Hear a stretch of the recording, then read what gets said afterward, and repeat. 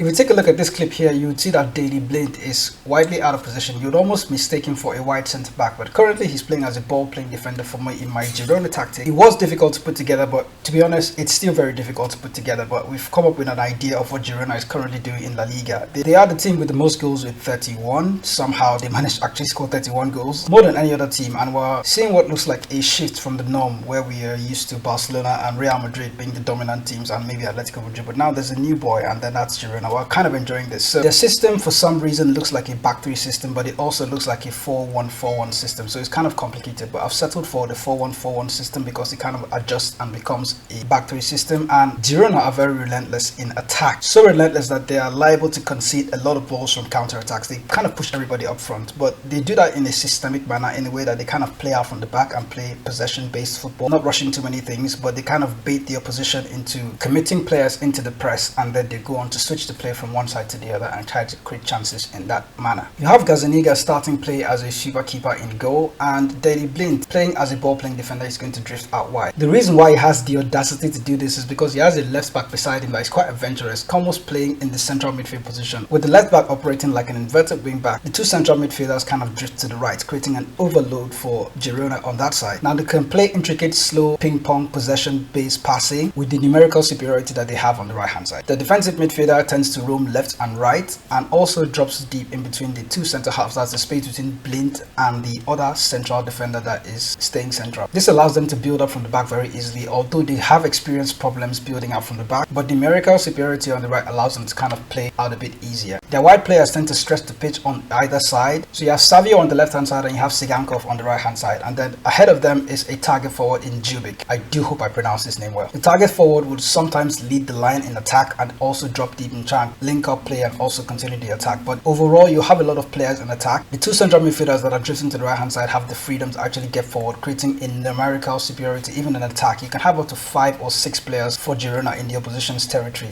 Now tactically they're quite intense. They do play an attacking system.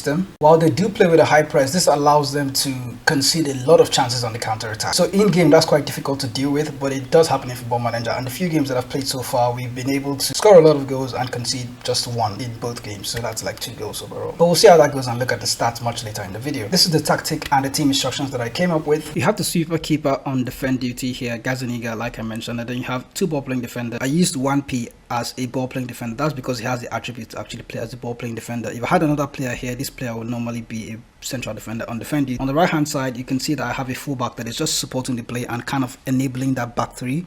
Allows us to play out from the back very easily, because this guy on the left hand side is going to be our inverted wing back on support DT. Initially I had him on attack, but he was too adventurous and he kind of neglected his defensive responsibility when we're out of possession, so it was slow for him to get back. I noticed that the inverted wing back on support DT will kind of operate like he's on attack, but he's going to somehow respect his defensive responsibility. In the DM position, we have a roaming playmaker in Alex Garcia.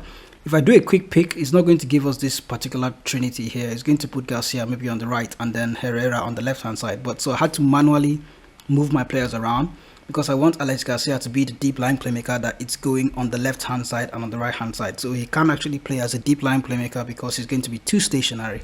So the roaming playmaker was the best option for him. And on the central midfield, this role could easily be box-to-box midfielder on the left-hand side and the central midfielder on the right. But the reason why I'm opting for Emetala is because I want to create an overload on the right-hand side, just like Girona tends to have a lot of numbers on the right-hand side. Emetala on support DT operates that role well, and Herrera has been playing magnificently for us, especially in the first game. Central midfielder on support DT is the central midfielder on the left-hand side. Not a lot of instructions attached for him. There's a lot of freedom for him to just do as he wants. And the wide players, I normally have a winger on both sides, like I mentioned, Savio and Sigankov. But often, if the game is getting too tight, I can have that creativity to ask Sigankov to play as an inverted winger on support DT, just to offer a lot of creativity and dynamism in the way the team plays. You'd notice that the inverted winger has the instruction to stay wide, as when he's on a winger, he's not going to have that instruction, but when he's playing as an inverted winger, he's going to be asked to stay wider. And then you have your strike, Jobic or Christian Stuani. Christian Stuani actually played the first game for us. We're going to leave Jobic in there. He's going to play as a target forward on attack. He can come inside into the number 10 role and try to carry the team along with him, but he's still going to be the one to lead the line. I've seen him on the right flank at some point. Team-wise, out of possession, we're going to play with a high press and a high defensive line just the more often trigger press for the team, because we're not trying to be too drastic, but we do want to press the opposition when we go on to lose possession. You'd notice that when transition we only have counter press turned on, the counter instruction isn't selected, and the goalkeeper is instructed to slow the pace down. I even forgot to add the distributed centre back instruction, but that could be there as well. Now when the team is in possession, it's heavy possession, short passing, low tempo, not rushing things too much. You're going to carry the ball into the opposition's territory and not try to force it. This really helped us in the second game against Mallorca, and you can see player from the back instruction. Everything else is kind of left blank because I like to do that in game, but what will happen is that we do like to walk the ball into the box when that opportunity presents itself. But we also know that we have Jovic up there. At times Jovic is going to want some crosses, so we do have it on mixed crosses, and then the hit early cross instruction is an opportunity, or it's an option for my players. So I'm not turning and walk the ball into the box because I want my players that if they're in this situation to cross that ball, they will find Jovic. Since the team plays a sort of high intensity attacking system, I opted for the positive mentality in this sense. Normally this will be attacking. In fact, I do recommend that at some point in the season I'm going to move this to attacking. That's because we have a low tempo, shorter passing style of play, so attacking would be ideal. But for now we do have it on positive, trying to help us control the amount of goals that we could concede from counter attacks. We haven't yet conceded too many. I think the one goal we conceded was from a free kick. In Mallorca goal was from a direct free kick, and then the other goal against Athletic Pamplona. What team is this?